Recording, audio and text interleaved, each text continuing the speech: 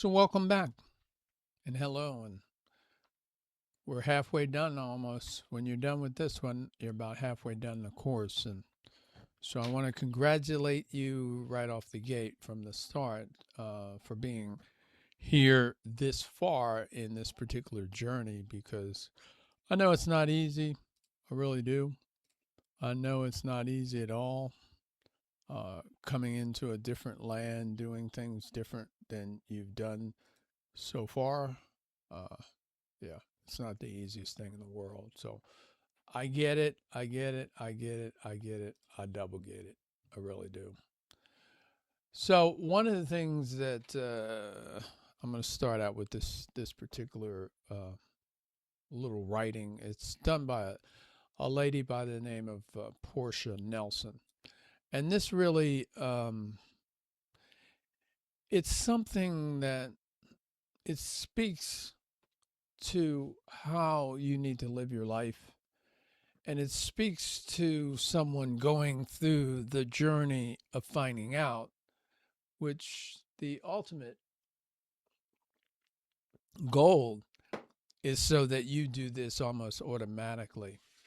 So you can do a Google search. It's called an autobiography in 5 chapters. In full disclosure, I use a AI assistant to create these slides.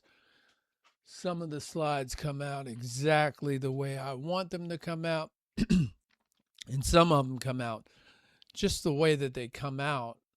Sometimes it's okay the way that they come out. Sometimes they get thrown away. This one, it's kind of neat how it came alive, because it's really like a simple five paragraphs that are dry, but the AI brought it alive with pictures, and this really is it's how you live, and it's how you need to live. So here it goes. I walk down the street. There's a deep hole in the sidewalk. I fall in. I'm lost. I'm helpless. It isn't my fault. It takes forever to find my way out. That's chapter 1. Chapter 2, I walk down the same street. There's a deep hole. I pretend cognitive distortion. I pretend I don't see it. I can't believe I'm in fault. It takes a long time to get out. Chapter 3, the person takes ownership. My eyes are open. I get out immediately. But that's kind of the same circle, but you've got a little bit of awareness. Chapter 4, I walk down the same street. There's a deep hole in the sidewalk, and I walk around it. I like chapter 4 as a start, but a lot of people like chapter 4 as an end. What are you going to do if it gets a little slippery around here? What are you going to do if somebody pushes you in? What are you going to do if the wind blows real hard? What are you going to do if you get triggered? So instead of just walking around it, playing games with it, tempting myself, and acting like I'm all that, I walk down another street. And for me, I'll have a chapter 6, 7, 8, 9, and 10. I walk down another neighborhood. I go to another city. I go to another county. I go to another state. That's what you do to stop a behavior that you keep doing. It's strategy stacked upon strategy, stacked upon strategy, stacked upon strategy. So, my favorite pet peeve is counting days and holding your breath and taking cold showers. That is not a strategy, my friends. That is not a strategy at all. Not a strategy. Oh, a little technological thing. So when I first started out years ago, when I first started this journey, I came across this picture here, and this is not an AI generated picture, because this picture came out like in 2019, and so the common AI tools weren't really available to us. But that's a real good depiction of you as you're doing porn. It's frying your brain, it's frying your whole soul, it's frying everything around you. And that's how you look. You look kind of ugly, you look kind of whatever you see there. That's you on porn. And see, it's through the cognitive distortions that allow us not to see that part of ourselves. And so, as I was thinking about a new slide to put in my slide deck, I came across this one because this one is one that you need to incorporate this into your thinking. You need to have a stop sign in your thinking. We talked about red lights, we talked about yellow lights, we talked about the traffic lights. But I think more importantly than all of that is that you need to begin to have this stop sign in your life. So I put it in the slide deck. You probably see it in slide decks in the future because it's really something that you need to do. I mean, you can cut off so much by just cutting it off. You can cut off so much by just committing yourself to a boundary and sticking to it. And part of committing yourself to a boundary and sticking to it is utilizing the stop sign. Another tool to utilize is the check-in procedure. And this is something that people use and they do all over the place in addiction cycles. There's no real right way to do it, but there's a general effective way to do it. And so with the check-in, you can check in with yourself, 1, 2. And then you can check in with your accountability partner. Hopefully you have one or you're working on getting one. Because it's through accountability that two people hold each other to a higher standard, and then the herd or mob effect takes place. And instead of destructiveness, which usually happens with the herd or mob mentality, you can actually step yourself up to higher levels of operating. So a basic check-in, and the purpose of a check-in, number one, is you and your accountability partner. It allows y'all to see where you are, A. And then B, for yourself, it allows you to see where you are.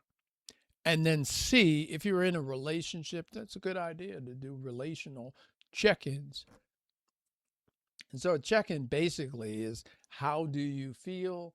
What do you want? What do you need? What are you thinking about? And what's going on relationally? And I'll go backwards. We're relational beings. Our relationships play a role in our everyday life. And through this process, it's essential that you keep your relationships in check, and that you work extra hard at keeping your relationships in balance, because relationships and relational stuff is where a lot of triggers come from. I'm not going to go into that. I'm just going to do it generally. A lot of your triggers will come from dysfunctional things going on in your relationship. Number 4, what are you thinking about? We want to see what you want to know. What are you thinking about? Because that's a prelude to what you're getting ready to do. And so if what you're thinking about is not in alignment with what you are really about doing, then you can shift it by asking yourself, what are you thinking about?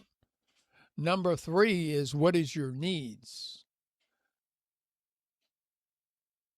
A lot of people don't articulate what their needs are. So very basically, when you don't articulate your needs, a lot of times you can unconsciously fulfill them. And when you unconsciously fulfill them, many times you fulfill them in an unhealthy manner.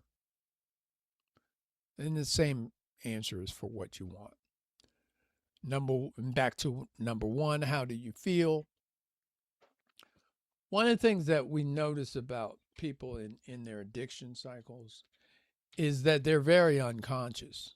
So they don't really even know how they feel. They know how they feel, but they don't think about how they feel. You know, you ask them how you feel. Oh, I feel like crap. Well, what is crap? I mean, there's a specific emotion that you're feeling.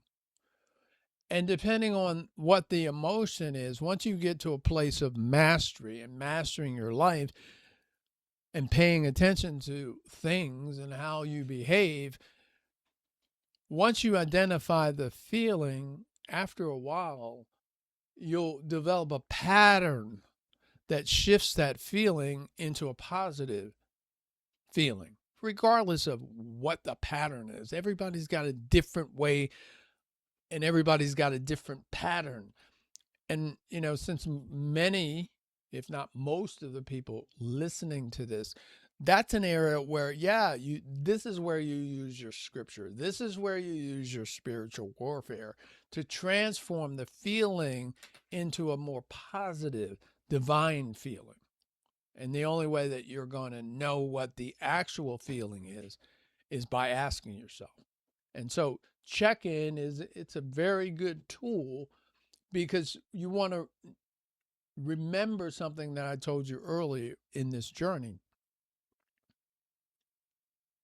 Addiction is a process of just doing things haphazardly, randomly, unconsciously, and you just do stuff. It repeats itself over and over and over again to the point where it just becomes second nature. And in this case, as we've looked at already, we're dousing ourselves with neurochemicals and then we get chained. So the purpose of paying attention to what's going on will allow you to do what you need to do, which is a recovered person is a person that operates out of mastery in their life. They operate intentionally. They have a plan and a purpose for the stuff that they do. And they're going to continuously monitor themselves, check in, to make sure they're not out of alignment. And when they are out of alignment, they get themselves back in check. And a lot of times, see what the addiction cycle, the only device that you have for a check-in is a relapse. When you're not practicing real recovery strategies. See, and the reason being is because the relapse is something so obvious you can't run from it. And so, as I said before, and I'll say it over and over again, this is a deliberate, intentional process. And if you behave deliberate and intentional, it eventually transforms itself. And it's also a war against randomness. There's no room for any randomness. There's no kind of purpose-driven life, and I'm not trying to be cliche with that word. There's no kind of purpose-driven life that has randomness in it. You know, in its regular structure. Obviously, when it comes down to recreational times and things of that nature, do your random. But random as a strategy to live, no, we don't do randomness. Why all this stuff is important, it's all important for these reasons. And this is really the ultimate goal. The ultimate goal is living on purpose, living phenomenally, living intentional, living in alignment with what God has for you. That's really what it's about. And all this clownery that you're doing is interfering with this, which is your calling. It's destructive to this, which is your calling. So you need to do these things so that you can get to this. See, this is why I get so passionate about counting days, because it has nothing. This is where we want to get to. And counting days has nothing to do with doing this work that gets you to here. Counting days is very comfortable, probably. That's why people do it. And remember, this is how you grow. This is how you get better. This is how you get better, better. You have to step out into the fear zone and make mistakes in the learning zone so that you can get to the growth zone so that you can get the prize. You have to step out of what's comfortable into the fear zone, and then you start to learn, and then you put what you learned into practice so that you can have the prize. There's no other way to get the prize other than going through the fear and learning from mistakes. Mistakes like I talked about last session, turning the camera on.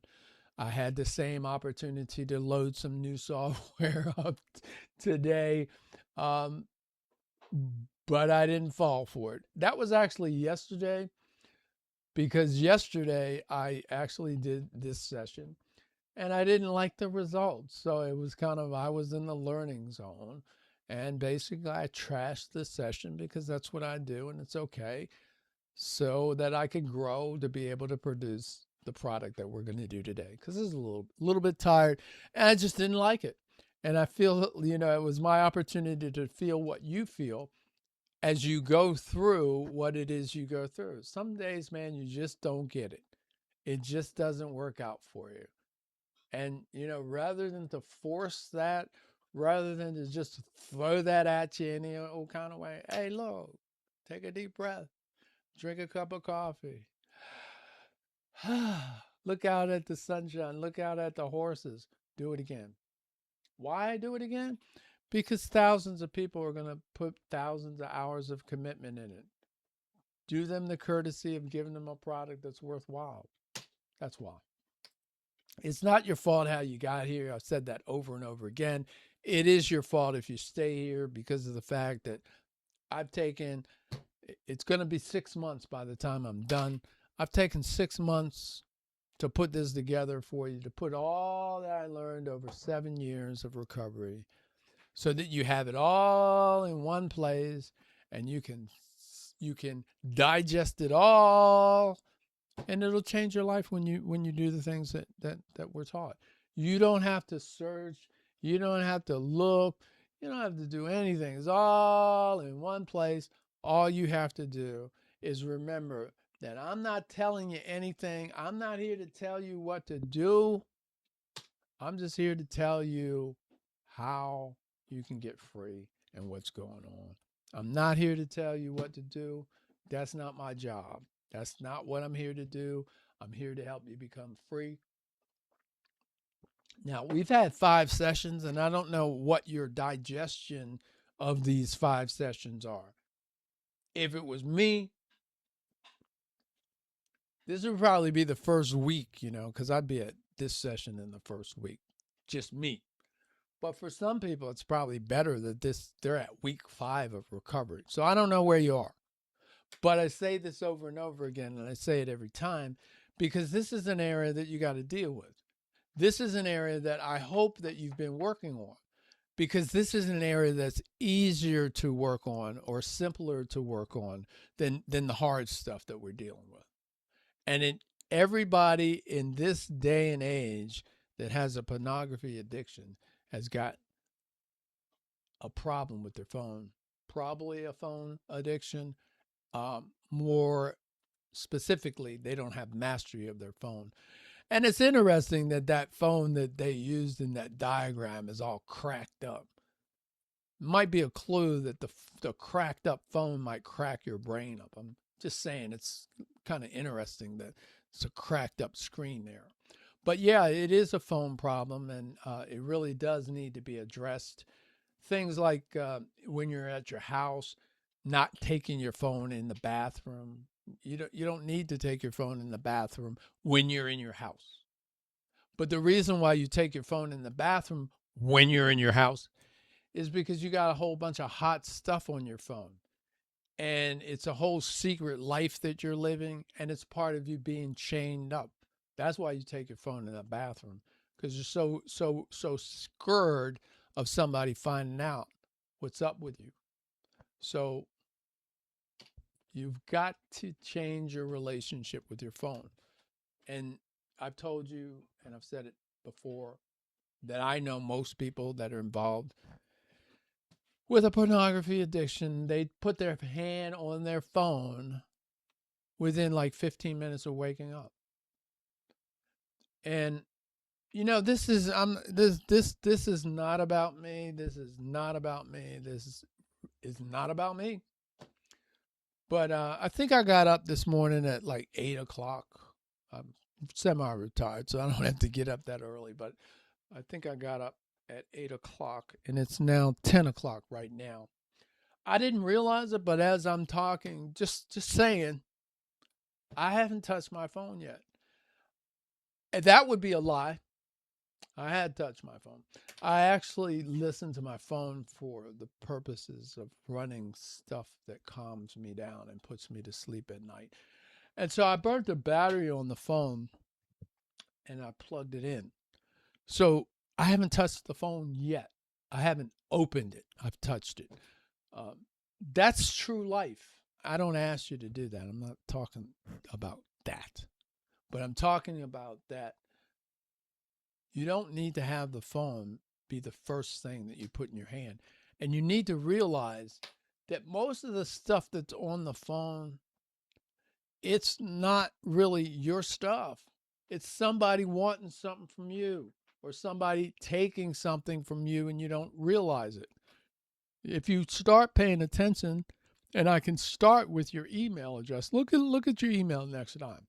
Is there anything in your email where there's somebody saying, hey, I'm going to do all this for you and I don't want nothing? Are people saying stuff like that, or are they saying what they can do for you and what you can give them, or what you can give them only?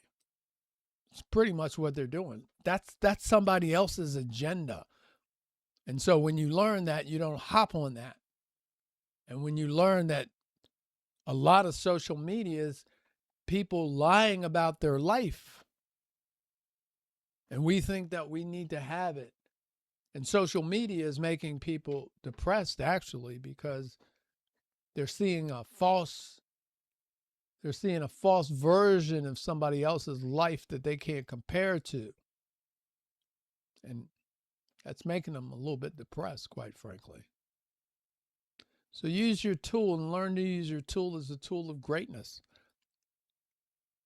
It wasn't the tool that I used for recovery, but it's the tool that you can use for recovery. There's tons of podcasts. I have one. There's tons of podcasts way better than mine. They're out there. There's tons of videos already done.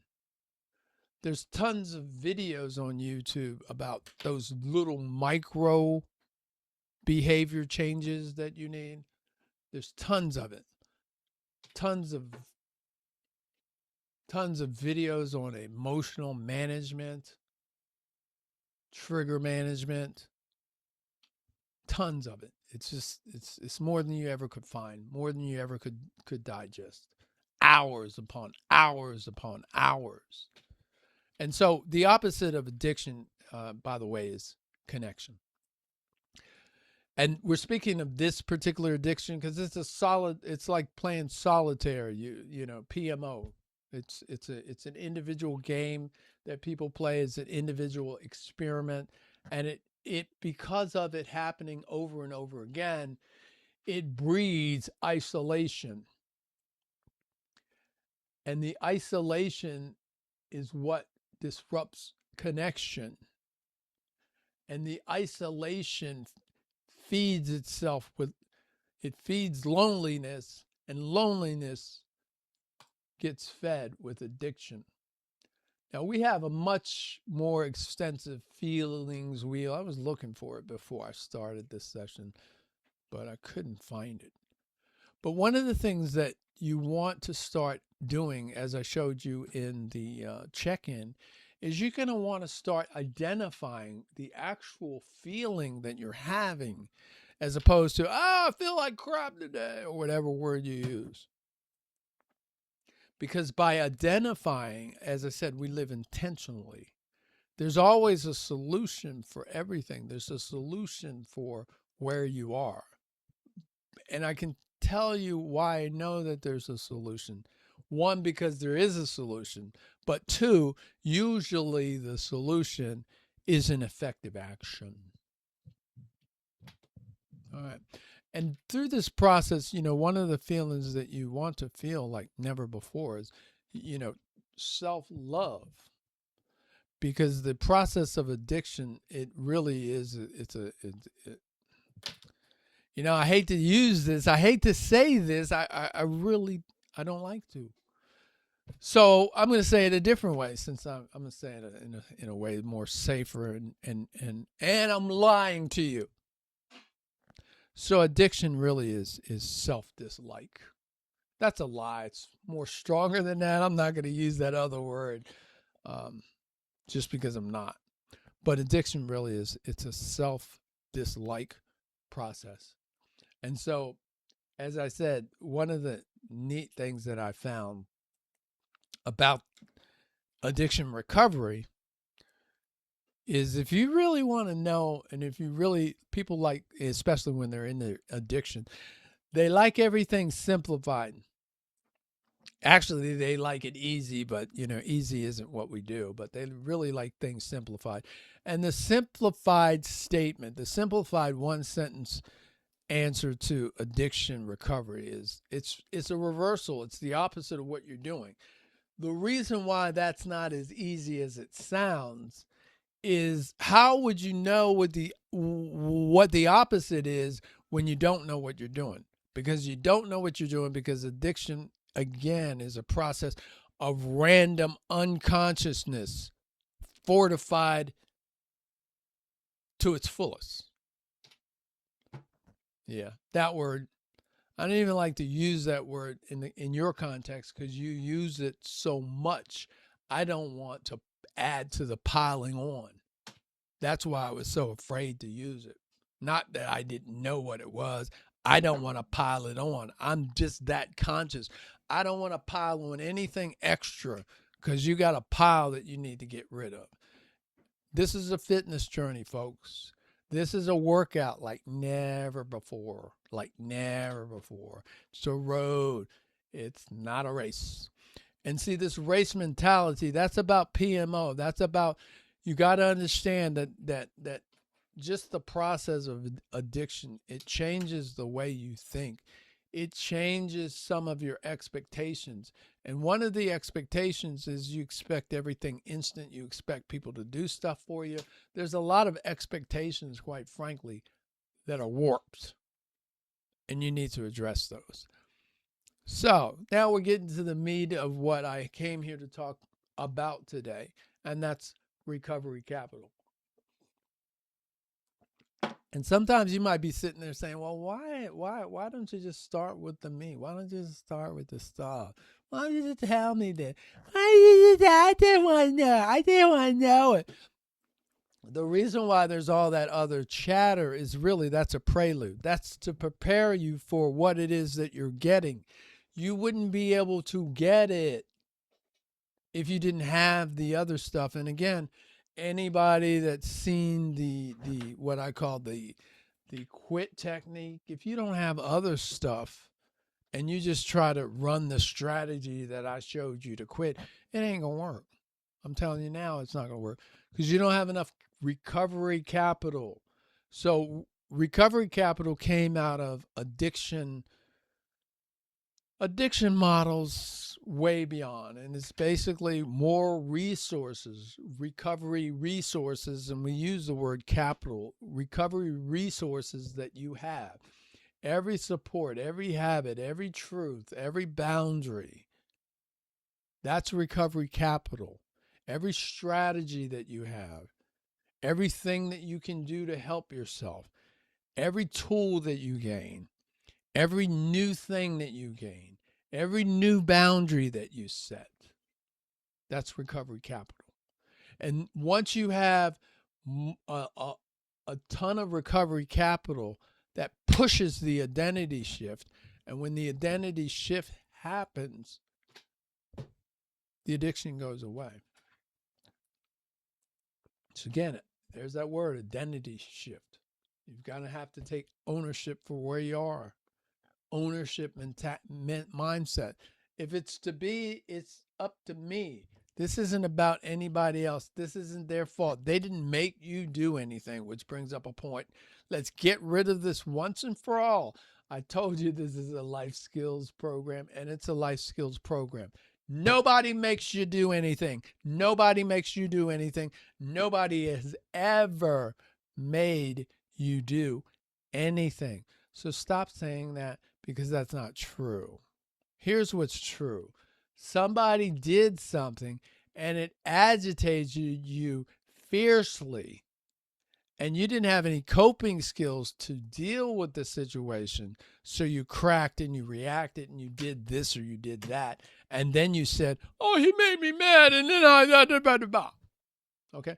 So again, without me going through the whole this and that and the other, you think about it and you work it out the rest of the way. Nobody will ever and has ever made you do anything unless they came and used some serious force. Then nobody ever made you do anything. But we think that, and then that becomes a cognitive distortion. And as long as we think somebody made us do something, then we get to reinforce the lie that we're out of control, and then we don't have to do anything. So again, nobody from this day forward can ever make you do anything unless they use some serious force. They can give you a grand invitation and they can grease up the pan, but they can't make you do anything. Okay? So you need to be teachable. Like that's one of the things that I said earlier. To be teachable. See, to be non-teachable is that you challenge everything that's said, and it's so amazing. I have to laugh because I talk to people that are deep in their addiction, and it's so funny that it's not funny, but it's so amazing. Something that is like an elementary recovery skill that these people will get into an argument and da da da da da, and I'll sit there and tell them, give them a 2-hour speech. I'm exaggerating, a 2-hour speech about counting days, and the next thing tomorrow, oh yeah, I'm at day 2.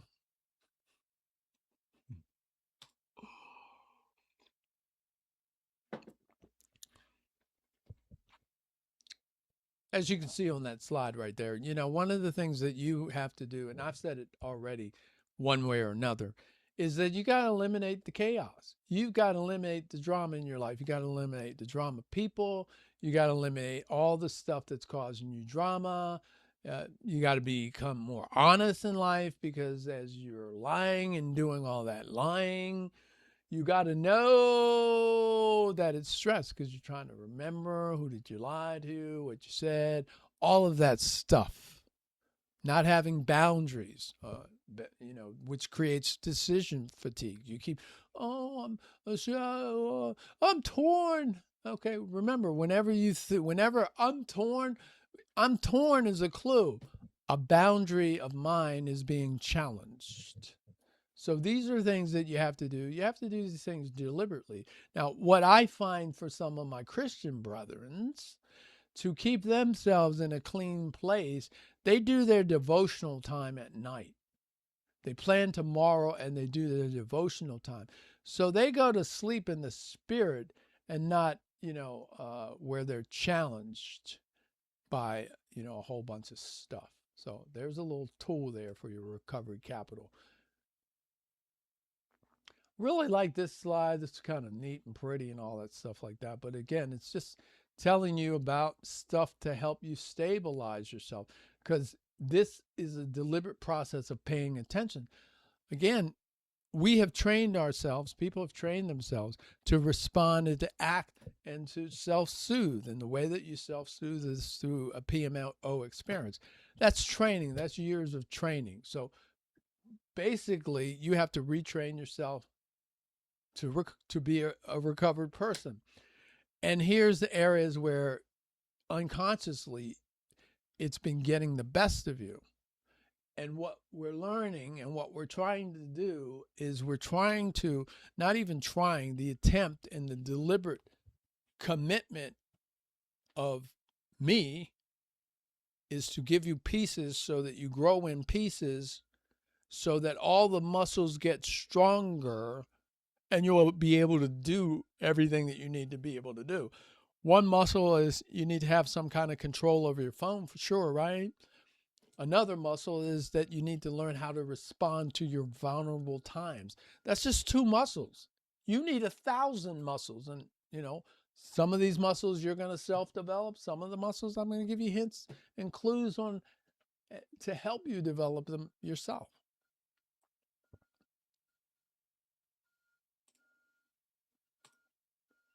And again, one of the biggest muscles I've ever found was boundaries. Because boundaries cut stuff off. We got a whole session coming up about relapse recovery and what to do after you relapse, or, what to do. And one of the first things to do is to get off of where you are and to get back on your path. Remember what it is that you're here to do. That's one of the first things to do. To get off, to leave, to stop. Boundaries. They do a lot of the heavy lifting. And I lost my train of thought mid-sentence there, but it just came back to me. Yeah, here's what I want you to know, and we'll go into it in a later session. I want you to start realizing this and start paying attention to this. Because some guys, like, I'm not talking to the person who's never had any abstinence. And again, I don't encourage counting days, but you know what you did, whether you're counting days or not. And so if you have a few days sober, let's say like even a month, 6 months. Some of these guys fall after a year. Some of them fall after 2 and 3 and 4 years. I might get into telling that in a story somewhere down the road. I probably will. But the point I want you to know right now is that guy who, and it's the same principle, it's just a different timeline. The same principle is in effect. It's just a different timeline for you because you don't have that week. So let's talk about that guy who has a month clean and then he so-called relapses. That guy, he wants to look at today, like something happened today, and that's why he relapsed. Yeah, something happened today, and maybe that was that extra straw that broke the camel's back. Maybe. But you know what? I don't really feel that way. I tell you the way I feel is that guy didn't know, but he actually relapsed last week.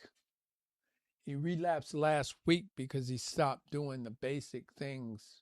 He stopped doing the recovery stuff. He decided he wanted to look at naughty movies with sex scenes in them. He decided that it wasn't important to him to minimize social media. And there's a lot of other, things that were seemingly unimportant decisions that he made. Remember, every decision that you make is life-changing. It changes something. So there's no seemingly unimportant decisions. But anyway, he conned himself, cognitive distortion, into a whole bunch of stuff. And that happened last week. So if I didn't confuse you so that I unconfuse you, one place you want to look if you as you begin to look for, okay, what did I miss? How did I set this up? Because you're all those relapses you set up, you want to look at last week, because last week, that's when I don't have the addiction cycle right handy, but if I did, I'd put it up right now. That's when you start doing the preparation the week before, and you prep and you prep and you prep and you start doing these little unconscious things, and then all of a sudden the trigger happens this week, and then you relapse. And in the book of James, if you look in James 1, it's before you get to 15, verse 15, I'm sure. There's something in there, and I don't remember what the exact writing is, and it doesn't matter because it's for you to look at it and get it exactly right. But it does say that, I'm paraphrasing, it says that you're not tempted. And if you think that you're tempted, which you may be tempted, but anything that you feel tempted, you've earned that temptation. So basically, you've played around and you've I don't you you look this way, that way. I don't know. Should I? You've not held solid boundaries. I don't know. And then boom, you relapse. It didn't happen by itself. And so this is, again, what I'm talking about in the recovery process, is that you understanding these things are going on. And that's why that business, oh, they made me relapse. They made you relapse? Yeah, come on, man. And so, like I said, this journey of recovery is a constant growth process. And it's growth of many, many, many, many, many muscles so that you can lift up the whole ball of wax, so to speak, called recovery. So again, constantly, it's a constant thing. So eliminate some apps today that you don't need. Get rid of some stuff that you don't need. I invited you to change your ringtones, because why? you're deleting your old self. You've had those things going on forever. Look at your feeds in your Facebook and your feeds in your YouTube. I took a minute and unsubscribed to everything in my YouTube. Totally unsubscribed to everything. Now, this was after I recovered. I did that so that I could have clean stuff coming in, because that's how I could control what came in. And I would invite you to do that. I would invite you, when stuff comes up on your Facebook page or your Instagram page that is triggering, to continuously get in the habit of rejecting it. Because if you don't reject it, it'll keep coming, and it'll come more, because algorithms escalate. So if you don't tell the algorithm, I'm not interested in that, it'll keep sending it to you. And if it keeps sending it to you, you don't have any vulnerability management. And again, it says here, secrecy is the oxygen of addiction, secrecy and opportunity. So as we said over and over again, identify the spiral. Identify what's going on a lot. This is, the same way that you were doing an experiment, and that experiment got us here. We have to do an experiment in the reverse. Just like I said 8, 9, 12 minutes ago. It's a reversal process. So the same things that you did to get here, we're going to just keep doing it. We're doing it in the opposite fashion, though. But it's the same thing. And so you're paying attention to your emotional triggers. You're paying attention to your patterns. There's patterns. Stop the patterns. The patterns, by just cutting off a pattern, that's closing a door. Boundaries stop patterns. That's why I live on boundaries. I don't have to negotiate with, do I need to go over here for that pattern? It's already done. Boundaries are automatic defense systems. You like it easy, boundaries make it easy. And traffic light is one of the favorite forms of boundary. All right. So as I said, recovery capital.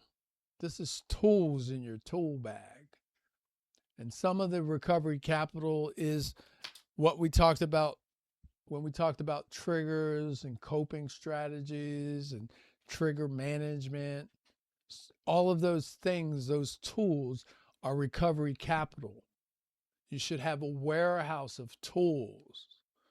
As you can see, these are things that you can do that provide you entertainment that are also electronics for the most part.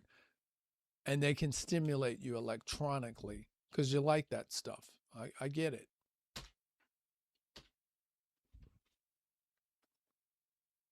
These are things you can do to extend and expand your creativity.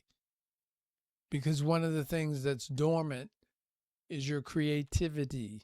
Oh, it's alive when it comes to finding some this kind of porn or that kind of porn or this or that when it comes to that stuff like that. But when it comes to normal creativity, it's not as alive as it really could be. But the point is, you have a tremendous amount of creativity, probably more than the average person, because you're very creative in hiding. You're very creative in lying. So there's no question about creativity. But again, you just have to convert it into something that's healthy and positive. Music that brings out creativity. Music heals.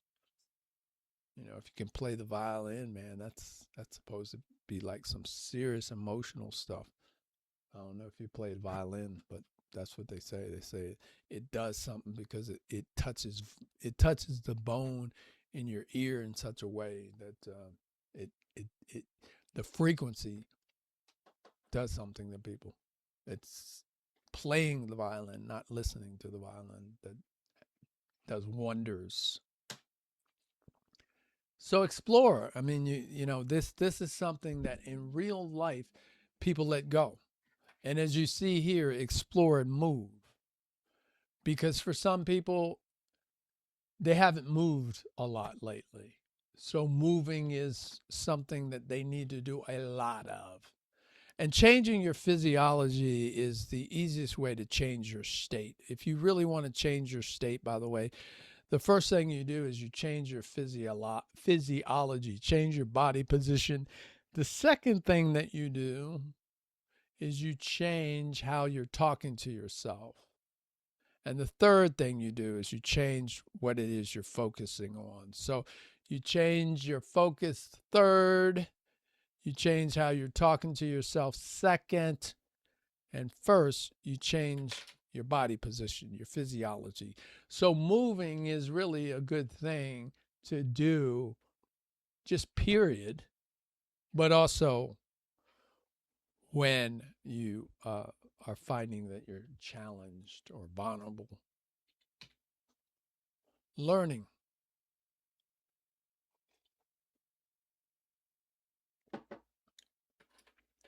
It's really sad in the 21st century. It's incredibly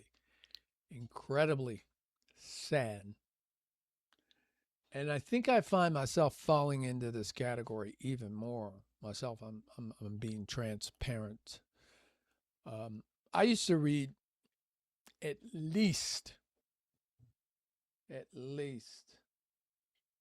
one book a week. And most weeks, 2 books. Some weeks, 4 books. And that just was normal.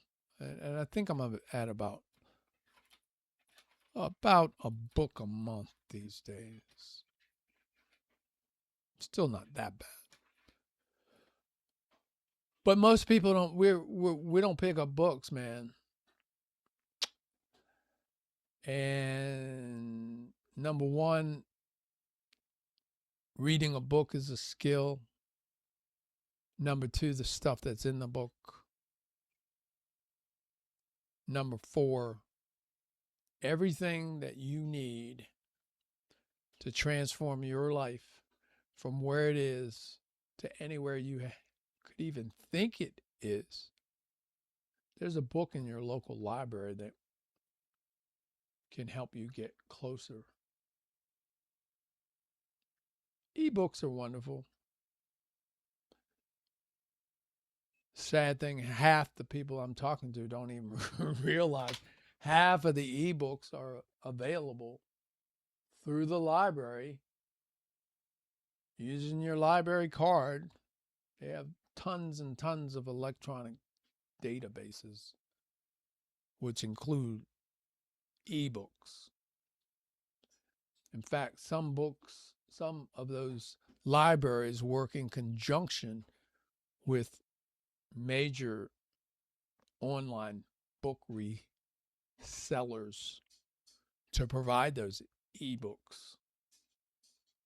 So yeah, reading, man, is something that you got to do.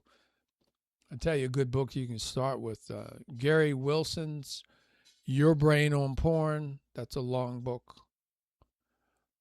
Another book that's a long book is called The Body Keeps Score. Another book that's a long book, it's on brain science. It's called, what's that book? It's called The Mind That Changes. It's like about an 800-page book. So again, creativity, things to do, that's recovery capital. You're going to find people that do these things, they're not likely to find themselves in addiction. And people that when they were in their addiction that do these things, you find that they don't have all that space for addictive behavior. Volunteering, giving of yourself, that's the opposite of what you're doing now. Cooking, baking, barbecuing, things that require patience, things that require steps, things that require planning, things that require intentionality, because these are areas that really are missing. So this slide is like many slides that they just show up. I really don't know where to put them. And I put this slide up because this is a bad word for you. And that allows me to also talk about something that I'm not going to go off on a tangent right now on. But yeah, you need to change your language. You have a language that's consistent with addiction. And all those words like try and I can't. And I'm not going to give you the seminar on language right now. But I am going to tell you, when you think that you deserve something or when you think that you're entitled to something, that's pretty close to a pride-based statement. And pride is another way to spell this word here called blind. Pride is another way to spell blind. And entitlement, it activates that pride center inside of you or your ego center, and you get blinded. Oh, I deserve. And then that gives you an excuse. I deserve. It's a gateway for a cognitive distortion right after you deserve. So you might want to pay attention to that, because I know for a fact, because this is what I study, not too much good stuff comes out of entitlement. And I'm also going to tell you one more thing while we're here. There's this word that people use that I'm not going to use, and it ends with a K. And then they put a hyphen next to that, and then they use the word it. And then they use an explanation point. And I think you know what I'm talking about.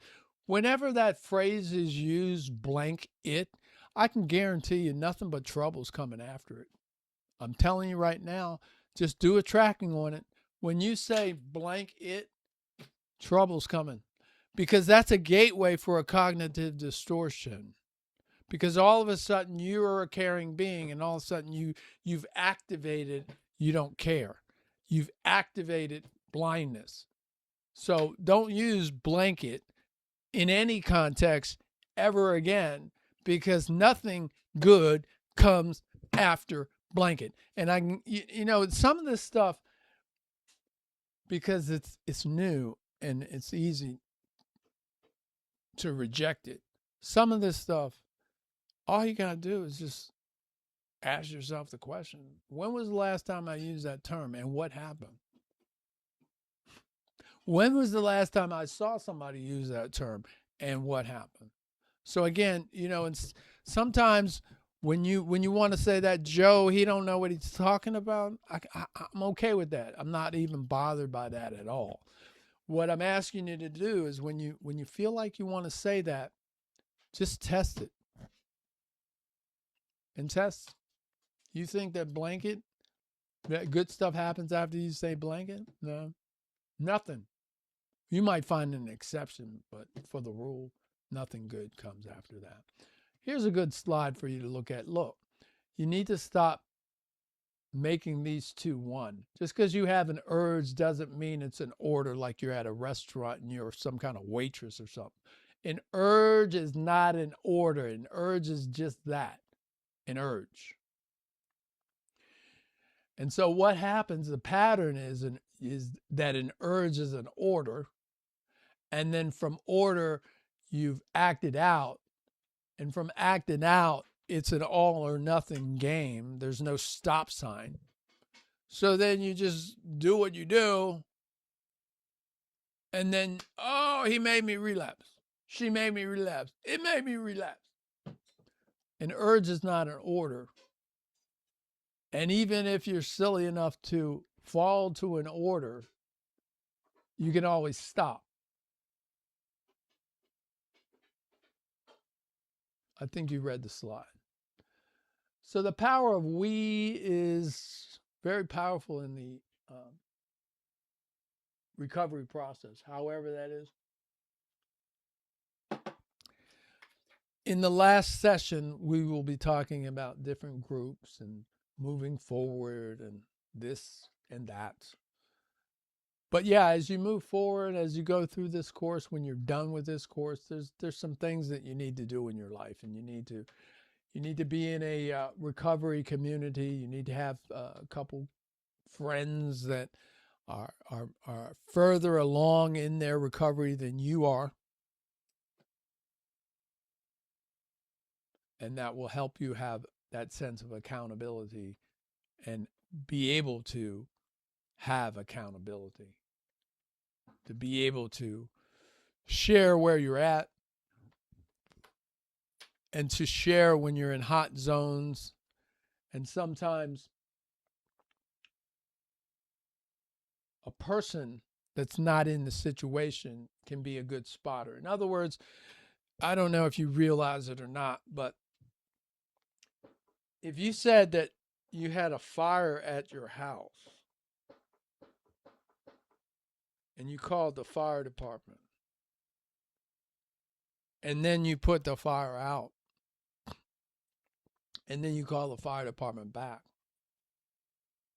they're not going to not come. And the reason why they're not going to come, the reason why they're coming is because you're in that drama. And there may be something you can't see. So they're coming because they're not in that drama, and they can see, and that way they can prevent something from getting out of control. And that's the best example of what accountability can do for you, because you're talking to somebody that's not in the fire. When you're in the fire, seriously, you're not capable of seeing what it is you need to see. That's why whenever you're in an emergency situation and you call emergency responders, and then somehow you know it's a real serious situation, but somehow you think it's in control. No. They don't think it's in control until they've seen it, and they're coming. Okay. So this is your capital, my friend. All the stuff that we talked about, purpose-driven life, your integrity, grace and conviction, your spiritual capital, that pretty much talks for itself. While you're looking at that, I'm going to take you to the side here. Your honesty will go up. You will find that you have greater integrity. Let me caution you on something. Let me tell you about yourself. I'm actually going to even I'm going to take you off screen to do it. Let me tell you about yourself. Let me tell you something that I know that's in your language pattern, because you got to change your language. You use this term, and I don't even know you. You use this term called to be honest. To be honest with you. Well, to be honest. Well, to be honest. Well, to be honest. Well, to be honest. Yeah, to be honest. Well, I'm not going to lie. Yeah. You use language like that quite frequently. And the reason why you use language like that is because you lie a lot. So you might want to put a rubber band on your arm or something and stop using that term. But you might want to stop lying so there's no need to use that term. And by the way, even if what will happen is as you grow and you stop lying as much, you need to stop using that term, because there's people that have went to school and have been trained and they got half a training. They learned one little technique that people who use the term to be honest are liars. We know that. There's people that teach that. That doesn't mean that every time that statement is used that the person is a liar or that they're lying. But we know, people that study behavior know, people that use that term, to be honest, I'm not going to lie, a lot, they're liars. I'm just saying. So I'm telling you to get rid of it, because I know it's in your vocabulary. And me sitting here telling you what's in your vocabulary might be a clue that you need to listen to me a little bit more, because why do I know how you talk? Oh, my favorite slide. So anyway, I guess you see that ain't working.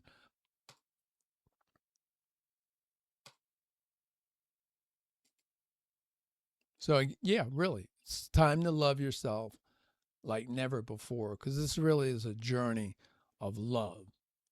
And all that self-condemnation stuff that people do is goofy, and it's not going to help you. It puts you in the loop, and it doesn't get to work on the stuff that you need to work on, which is you've built a stairwell of toxicity that you have to take out one brick at a time. So the next bunch of slides, this actually comes out of a presentation that I had a long time ago, but it's stuff that I want you to think about, that you want to put in your life and have in your life. And if it's already in your life now, make sure that it's not threatened, because these things, again, they feed into the strength of your recovery. And so we're using the term recovery capital, but recovery resources is also a good substitute word for it, because that's really what it means. So again, recovery isn't one thing like people want to think it is, getting through the day. It's thousands of things, man. So very quickly, I'll go through these slides. Take note. These are things that make you stronger in your recovery. Financial resources, financial stability, transportation, again, lack of stress. Stress is a big enemy, stress and boredom. The neighborhood you live in, how peaceful your neighborhood is, the less drama you have. The less drama you have, the less triggering you have. When people are doing toxic stuff, it makes it an environment of toxicity, makes it easier to do more toxic stuff. When you have people around you that love you and support you, it makes the process better. These things are things that make you stronger in your recovery. When you have a family that supports you, that makes you stronger in your recovery. When you have friends who are supportive, that makes you stronger in your recovery. When you have a close partner who is in recovery, that makes you stronger.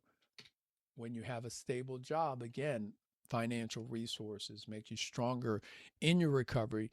One reason is because you're just stronger, and second reason is you're not weak because of financial concerns.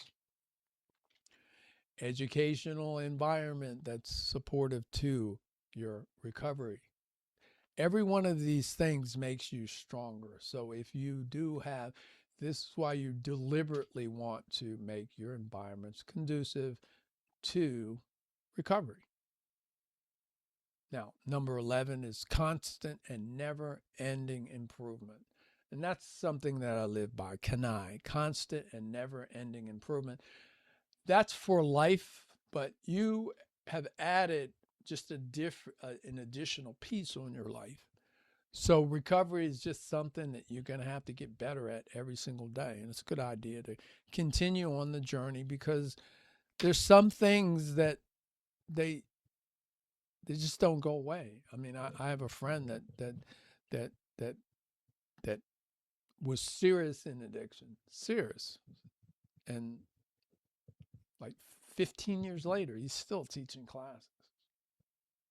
When he's not teaching that class, he's going to a meeting there with other people that are teaching that class.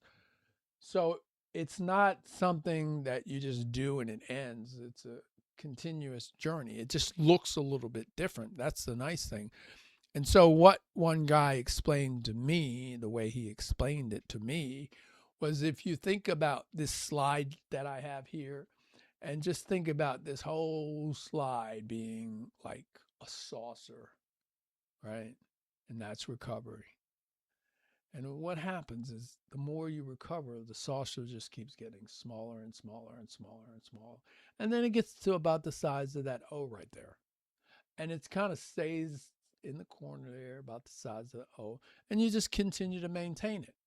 You continue to grow. You continue to, part of my growth is sharing this with you. Putting this together has helped me grow, because it's caused me to go back in time. And I know that that's helping me inside. Professional assistance like we're doing here, assistance of counselors, assistance, period, of people that know the recovery process and know you. The more tools you have, the better. Good health obviously is part of this process. Bad health interferes, it makes it harder. Being in reasonable good health right now makes your journey easier, makes it better. Having a plan to prevent financial resources from insurance. Nutritious meals are important, because you're balanced. You're like a machine, and you are a machine. And what you eat is determining how well that machine's going to run. So the better that machine runs, the less triggered the person that's being run by the machine is going to be. Obviously, clothes, how you feel, has a relationship to what you do. Once again, recovery groups. You don't do it on your own. Recovery groups. You don't do it on your own. A mentor. Recovery groups. You don't do it on your own.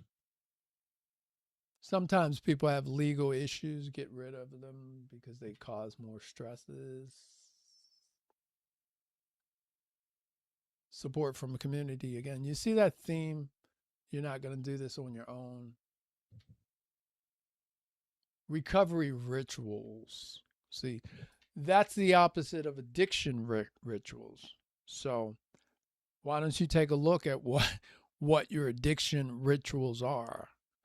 And by the way, I'd said it a long time ago. I don't know why you would not look at this and not have a notebook in your hand, because that's definitely an area that you want to take a look at. What are recovery rituals? Because the deal is, what are your addiction rituals? And then do the opposite of that. This one is interesting.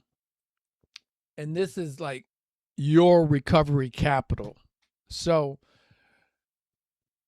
sometimes something happens, and that really escalates a person's recovery journey. For some people, it's PIED. You can look that up if you don't know what it is. For some people, it might be that they got in some type of trouble or something. For some people, it might be that something that I said opened their eyes, to something that they were doing, and they declared that they would never do it again. Maybe someone putting up a boundary that they've been struggling with all their life. But something happens, and because of that something happening, it's like an eye-opening experience, and your commitment to recovery deepens. And so I would say, for me, two of them that come to mind like that. The first one was the original, looking at that video. And then the second ones, if you will, was as I started to grow as a person and start to see some internal and spiritual things change, like my ability to connect. And another one was, what was one? I had one just right on the tip of my head. Anyway, I lost it. But something happens, and all of a sudden you're just like, wow. Yeah, the one that I had forgot about that was on the tip of my tongue, and I'm gonna lose it again if I'm not careful, which I did. Man, I hate when that came back again. So the one that I'm having all this problem with, for whatever reason, must be a reason, was that sense of justice and honesty.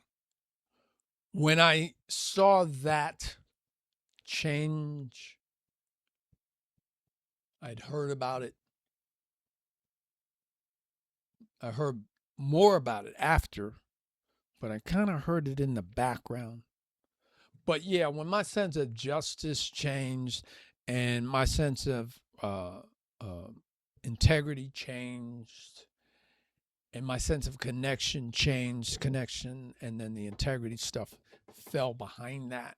And I'm not talking about like I was this big liar or anything like that. Honesty is always, not has, but since I was 25, a big driving factor of who I am and my identity. That was more of my identity even before I became a Christian. But yeah, when that went even higher, and one of the reasons why my sense of justice and my sense of honesty went higher was because less cognitive distortion going on. So that's an example of a deepening experience, because it's when things like that happen, those are the things that, that's when it's, you're not going back. That's not like, oh, I made it through day 45. All right. I have goals. We talked about it. Purpose driven, man.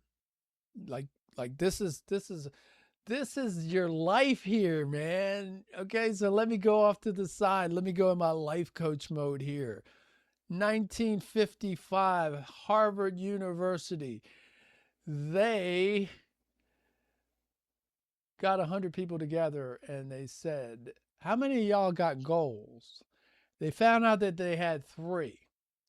So in 1955 at Harvard, they decided that they were going to follow these 100 people. So they came back to these people, Harvard graduates, 20 years later in 1975, and they said, how did it work out for you? How's life? Do you know Harvard University, they found that only 3% of those people had written goals. But the 3% that had written goals, their net worth cumulatively was greater than the 97% of the people that didn't have goals. And you figure out how that makes sense if you like. I would say not having goals is like going to the airport and asking for a ticket versus asking for a specific ticket. I'm going to leave that alone. There's something called SMART goals that we'll talk about down the road. But if you're not goal driven, then you're random driven. So it's very important to start to bring goals in your life and have that be just the way that you do things. And number 30, this is a big deal.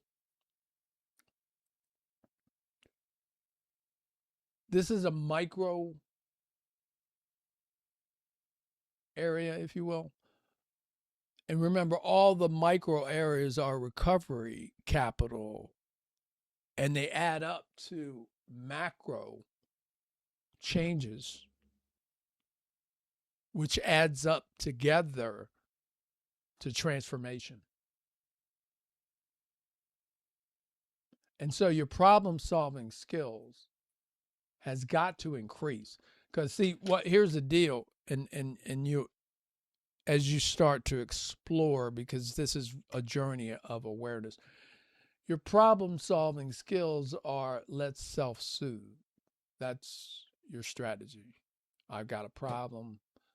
Let me run from it and seek relief. That's really not a problem-solving strategy, but that's what you do. And the skills that you need to gain and the resources that you need to gain are the opposite of that. So problem-solving skills, that's an area to go to work on. And I think there's a YouTube video out there, probably about 500 on that one, as well as how do you participate in your family in the most positive way possible. Because family is important. Family is the unit. Family is where your heart is. So it's important to do what you can to have a rich family relationship. And only you know. And in some cases, you need to modify your family relationship. Because if you have a whole bunch of toxicity coming from family relationships and your community, that will actually cause you to trigger. So it's important to have clean spaces. It's important to have a clear sense of who you are. And to know that your life has a purpose. Because it does. And to make service an important part of your life. There's a gentleman named Stephen Covey. He wrote this book called 7 Habits of Highly Successful People. I encourage you to read it. It's got a lot of meat there for life. But one of the lines that he had in there that stuck with me a long time, and it's actually part of my identity. He said, well, I've heard it 2 different ways, and I'll say it. In The Magic of Thinking Big, a book that I invite you to read. That book's old. But in The Magic of Thinking Big by David Schwartz, I think that book was written in 1950. So they'll have references, dollar references that don't make sense, but it's a good book. In the book, The Magic of Thinking Big, David Schwartz says, if you put service first, everything else takes care of itself. That's what David Schwartz said. If you put service first, everything else takes care of itself. That's what David Schwartz said. Stephen Covey said, service is the rent that we pay to live on this planet. Okay? Both of those are part of my identity. I encourage you to make it somewhat a part of your identity, because service is what this is about. And service allows you to get outside of yourself.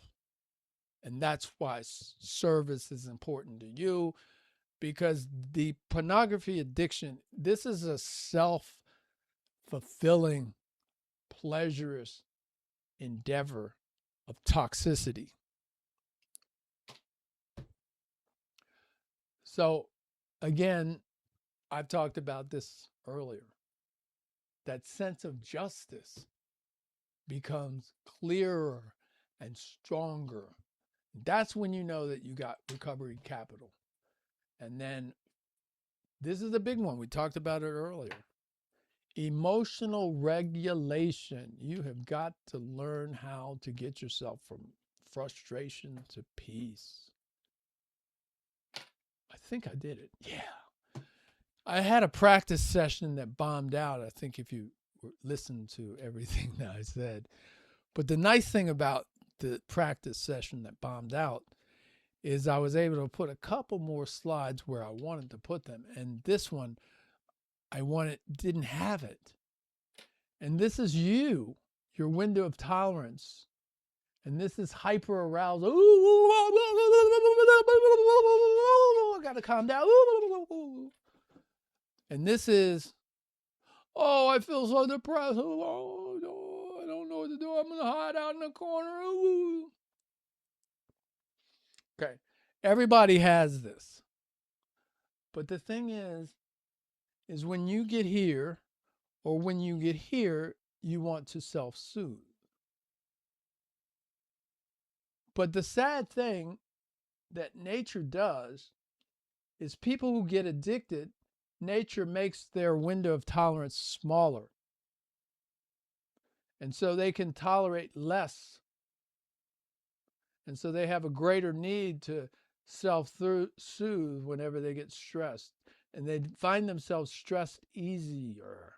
They find themselves going down in depression easier than the average person. That's because they've developed a crunched, compact window of tolerance. Okay? And it'll get back to normal, but yours is actually smaller. Now, that's like a catch-22. Here you are, the guy that wants to self-soothe more than anybody else, and now you're also the guy who needs to self-soothe more than anybody else. You kind of see how you got factors working against you. That's why it's hard to do this, and that's why you can't give yourself breaks, and that's why you need every single tool that you possibly can use, because you have a shorter window of tolerance than anybody else, and you have a need to self-fulfill or self-soothe that's greater than anybody else. Hope you can relate to something that we discussed today. And as you have your notebook, write it down. And just remember, nothing changes until you change. And one of the first things that you can start doing every morning is practice gratitude. Practice gratitude as a habit. God, thank you for giving me another day. Thank you for this peace that you're giving me today. I definitely don't deserve it, but I definitely give you thanks. Thank you for the food that I was able to eat today, the coffee I was able to drink, being in the right mind to be able to talk to people I don't know and to share my heart with them. And as I said before in an earlier session, you cannot have a state of gratitude and a negative emotion at the same time. They won't exist. If you really are thankful the way that I took a moment to just be thankful there for today, you can't feel bad about nothing. It's an amazing thing. So I'm going to leave you with this, and that's a prayer that has been passed along in addiction cycles for years. God, grant me the serenity to accept the things I cannot change, courage to change the things I can, and wisdom to know the difference. That's a good way to live life, too, because a lot of us are trying to change stuff we can't change. And then we don't develop the courage to change the things that we can. And then we make up excuses. And we never ask for this. We never ask for the wisdom. We never look for it. We never seek it. God, grant me the serenity to accept the things I cannot change, courage to change the things I can, and wisdom to know the difference. That's it.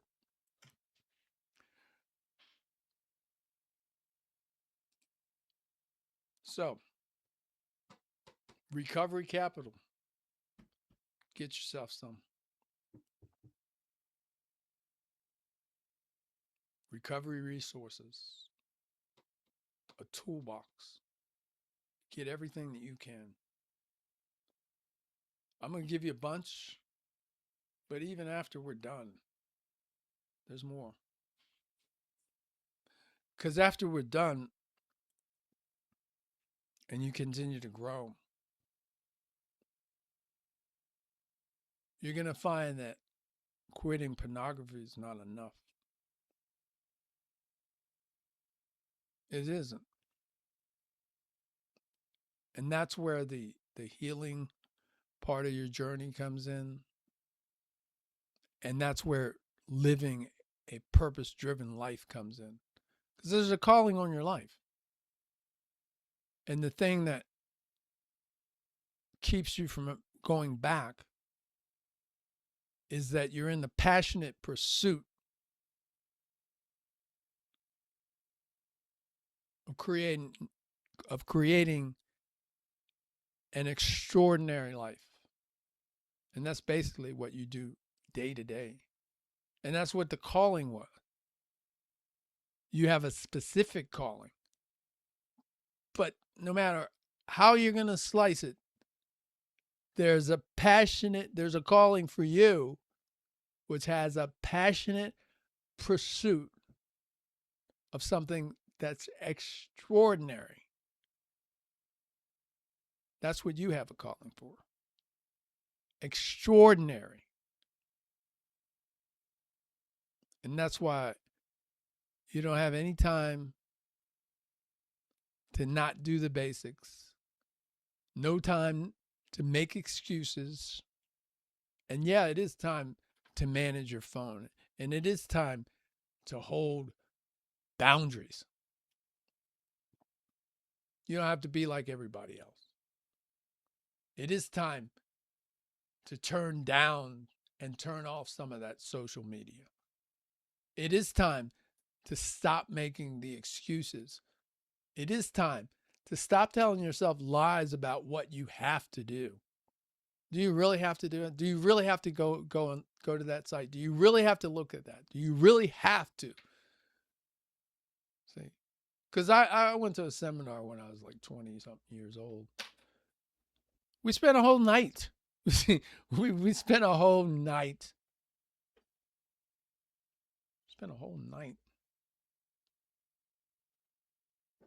Talking about and getting clear about what you have to do.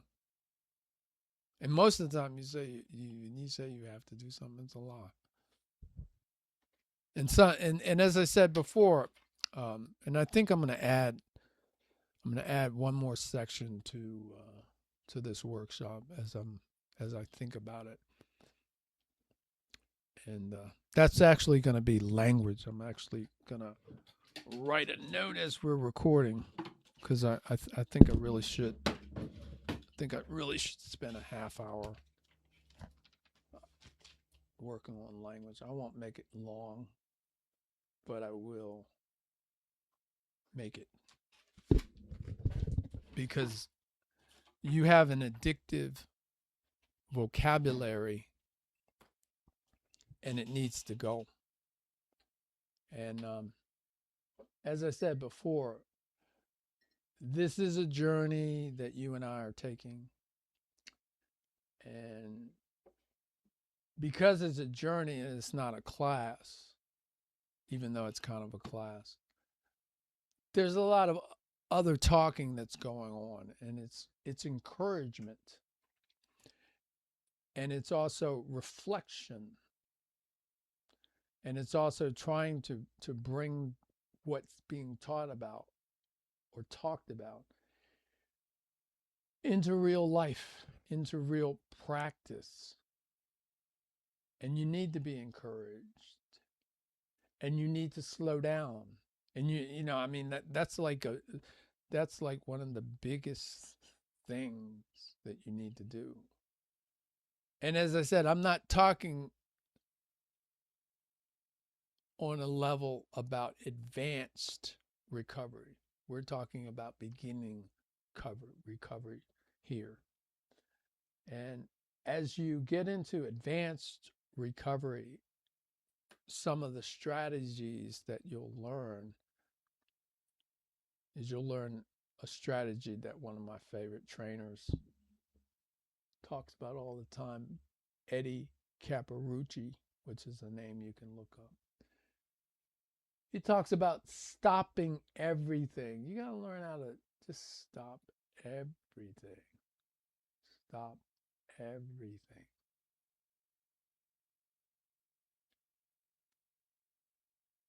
And that's some of what you need to learn how to do sometimes, is to just stop and take assessment. And actually, ironically, crazy thing, isn't that where we started? On a stop sign, huh? Yeah, let me go back. Oh, yeah, before I go, that's just a little something. I made a mistake that I didn't show you this. This is a little technique that I want you to learn to teach yourself, and it will provide you with some serious recovery capital. It's something I made up, but I also saw a pastor use this one time. And like I said, you know, you're a general, you're the CEO of your own life, you're a quarterback, you're the manager, you're the chief manager of yourself. And this journey is about making a whole lot of mistakes. Life's about making a whole lot of mistakes, but this journey especially, because it's a lot of unknowns for you. And running the play is it's a good thing. And what do I mean by running the play is like, how did you set this problem up?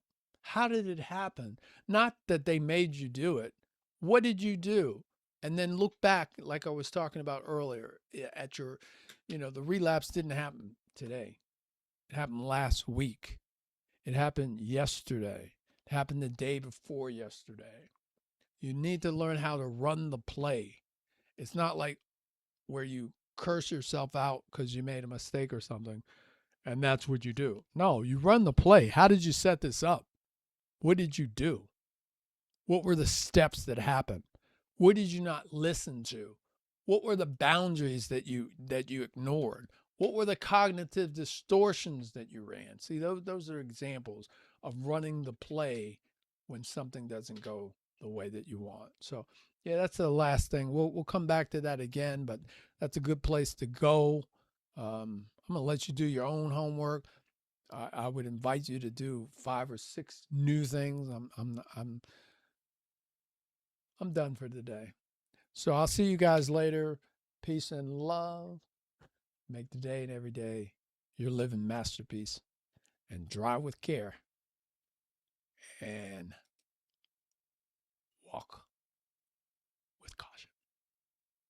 God bless you. See you next time.